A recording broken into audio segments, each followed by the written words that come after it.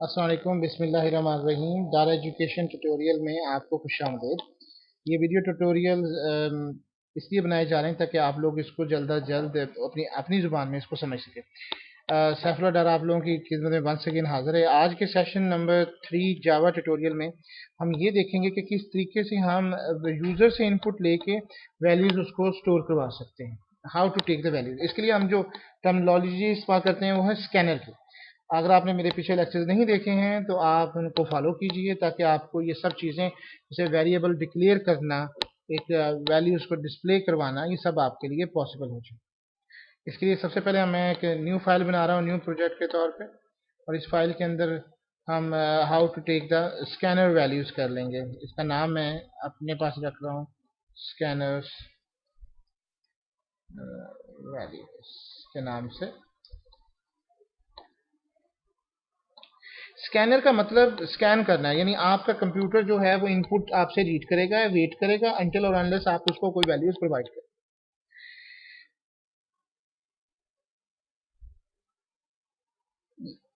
आपको इनपुट लेने के लिए हर वक्त उसमें कई तरह की इनपुट्स हो सकती हैं। यूजर से आप इंटीजर भी वैल्यू डिमांड कर सकते हैं, फॉर लूप भी।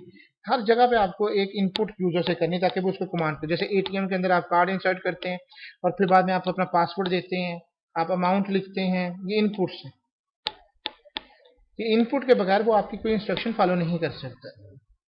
जैसे फॉर एग्जांपल हम ये 2 + 2 का भी प्रोग्राम बनाना चाहते हैं, तो क्या हम हर दफ़ा एक वेरिएबल लें नंबर 1 उसमें 2 लिखें, नंबर 2 लिखें उसमें 2 लिखें, तो फिर हर दफ़ा हमें रिजल्ट 4 ही मिलेगा। लेकिन हम एक जनरल प्रोग्राम बनाना चाहते हैं और सम का जिसके अंदर मकसद यही है कि वो हर दफ़ा यूज़र हमसे वैल्यूज़ ले। सबसे पहले आपने जो काम करना है वो इम्पोर्ट करवाना है। इम्पोर्ट जावा डॉट यूटिल, तमाम पैकेजेस आपके सामने आ जाएंगे और फिर आपने इसको स्टार लगा देना। इसका मतलब कि तमाम यूटिलिटीज़ के मुझे पैकेजेस चाहिए। जब तक अगर आप ये लाइन इंपोर्ट नहीं करेंगे आप स्कैनर वाली फाइल नहीं लेके आ सकते। अब सबसे पहले मैं स्कैनर बनाता हूँ, तो इसके लिए स्कैनर लिखेंगे और आप इसको इन लिख सकते हैं, इनपुट लिख सकते हैं, इंट लिख सकते हैं, ये आपकी मर्जी। मैं इनपुट ले लेता हूँ, अगर आपको नहीं तो इंट का इज इक्वल टू किसी से भी टेक कर लें, गेट्स कर लें, आपकी मर्जी। ये आपने इसको समझना है कि आप इसको वैल्यूज को किस तरीके से इसको मैनेज कर सकते हैं। ये देखें, ये जो वेरिएबल्स नेम्स होते हैं जो मैंने पिछले लेक्चर में आपको समझाया है, वेरिएबल नेम्स आपने सिर्फ प्रॉपर तरीके यानी 1 नहीं लेना पहले, बाकी आपने अपनी सूरत से आपको समझ आनी चाहिए कि मैंने किस लिए वेरिएबल लिया है। मैंने यूजर से टेक वैल्यू करने के लिए लिया है या क्या लिया है।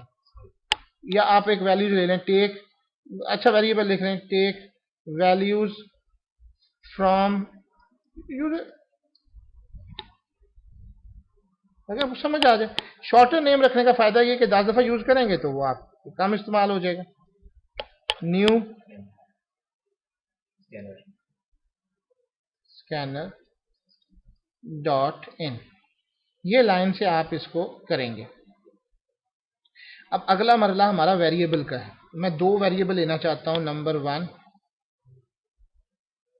और नंबर 2, और एक मैंने वेरिएबल लिया है सम के नाम से जिसमें मैंने अपनी वैल्यूज को इनिशियलाइज किया। बगैर इनिशियलाइजेशन के लिए प्रॉब्लम खड़ी हो जाएगी। अब मेरा काम ये है कि मैं सबसे पहले यूजर से ले रहा हूँ, यही इतना स्कैनर तक की काम था। एक काम हमने बना लिया, system dot out dot print L N, print कर लें please enter the first value. अब ये एक स्क्रीन पे मैसेज डिस्प्ले, और ये किस तरह था हमने पहले इसको डिस्कस कर चुके हैं। अब ये यहाँ पे आकर यूजर रुक जाएगा, वेट करेगा हमारी वैल्यू लेने के लिए। तो हमने क्या करना है कि हमने जो नंबर 1 बनाया है इक्वल कर दिया, और जो आपने वेरिएबल बनाया इंट लिखेंगे तो आपको वो सारी डिटेल कर देगा। अब इंटीजर है तो हमें क्या लेना है, नेक्स्ट इंटीजर। अगर कैरेक्टर ले रहे हैं तो नेक्स्ट कैरेक्टर, अगर बाइट ले रहे हैं तो नेक्स्ट बाइट, अगर आपको नेक्स्ट शॉर्ट है तो नेक्स्ट शॉर्ट, हर एक के लिए अलग लेना है। अब क्योंकि हमने इंटीजर लिया हुआ तो हम नेक्स्ट इंटीजर कर देंगे जस्ट इस चीज के लिए। देखें इसलिए ताकि आपने एक वेरिएबल ले रहे थे, वेरिएबल आपने लिया था इंटीजर, यूजर जब वैल्यू दे रहा है तो आपका कंप्यूटर समझे कि आप वैल्यूज क्या मुंतकिल कर रहे हैं। वो इंटीजर ही वैल्यू होनी चाहिए ना, 2 4 10 50। अगर आपने इशारिये वाली वैल्यू ली है तो कंप्यूटर इतना समझे कि आपने इशारिये वाली वैल्यूज को मैं ले रहा हूँ। मतलब 2.5 अगर वो एक्सेप्ट ही नहीं कर रहा तो आप इशारिये वाली वैल्यू कैसे दे सकते हैं? आप ए बी सी कैसे देंगे? अब जाके वो ए बी सी स्टोर कराने के लिए उसका मेथड अलहदा है, इशारिये का मेथड अलहदा है और इंटीजर का मेथड अलहदा है, क्योंकि मेमोरी एलोकेशन पे है ना। तो इस तरह कंप्यूटर ने आपकी वैल्यू जो स्कैन करनी है तो वो भी वैल्यू भी आपके हिसाब से करेगा ना। उसको पता है कि मैं इसको वैल्यू ले रहा हूँ कल को। अब आपने असलम और कासिम को तो जमा नहीं ना कर सकते, तो उसको पता होना चाहिए कि आप गेट क्या करा रहे हैं। अगर आपने गेट कराया 5 तो 5 जमा 10 15 होता है। अब अगर आपका वो वेरिएबल आपने इंटीजर डिक्लेयर, फॉर एग्जांपल आप देखिएगा कि मैंने एक फ्लोट, एक समझ लें कि इसके अंदर नेक्स्ट इंटीजर नहीं करता मैं, जैसे आप कह रहे हैं। हम इसको मैं इंस करता हूं नेक्स्ट, फॉर एग्जांपल यहाँ पे लॉन्ग है, ये फ्लोट है, ये डबल है, ये एरर आ जाएगा क्योंकि नंबर 1 जो है वो एक इंटीजर वैल्यू है, उसमें आप डबल वैल्यू ले ही नहीं सकते। सही, ठीक है। ये डबल वैल्यू लेने के लिए मुझे एक डबल का वेरिएबल बनाना पड़ेगा, D1 के साथ डी नंबर कर लें। अगर मैं डी नंबर दूंगा तो ये को एक्सेप्टेबल होगा। बाबा हम जिन्स रहा, हम जिन्स परवाज ना, लड़के लड़कों में बैठेंगे ना, लड़कियों के साथ तो नहीं बैठेंगे। अगर वो लड़कियों के साथ बैठे जाएंगे तो वो तो फिर बीच वाली किस्म बन जाएंगे। yes. अगर आप लड़कों को लड़कियों वाले कपड़े बनाएंगे तो वो क्या चीज बनेंगे? पॉसिबल तो नहीं है ना आपके लिए।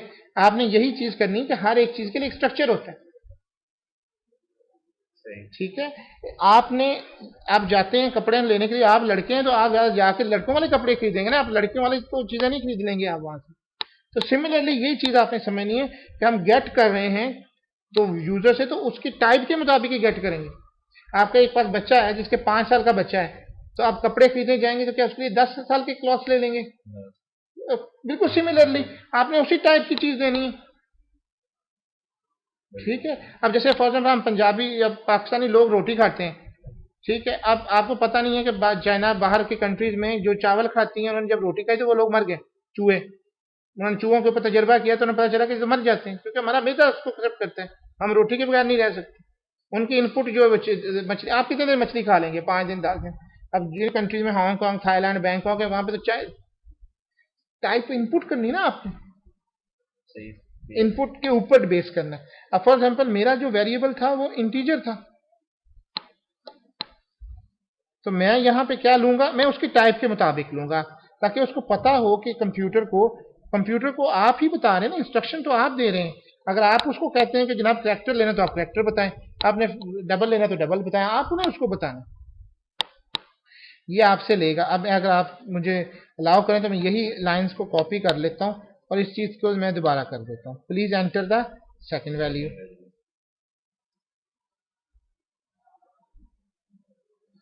यहां पे मेरा स्कैनर वगैरह सब कुछ रहा, लेकिन वैल्यू चेंज हो गई। और अब मैं आखिर में मैंने एक सम का जो प्रोग्राम बनाया हुआ था उसमें मैंने क्या किया, नंबर 1 प्लस, और आखिर में मैं इसको डिस्प्ले करवा देता हूं।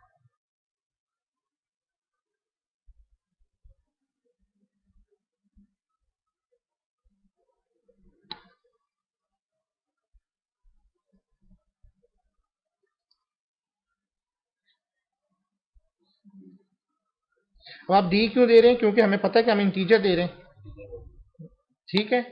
और यहाँ पे आप इसको समझ, यहाँ पे ये देखें कि यहाँ पे ये इसलिए करा कि आपने इसको अभी तक यूज नहीं किया, और ये लाइन इसलिए एरर आया कि आपने इसमें से हमें कॉलन मिस किया। अब हम इसको रन कर लेते हैं।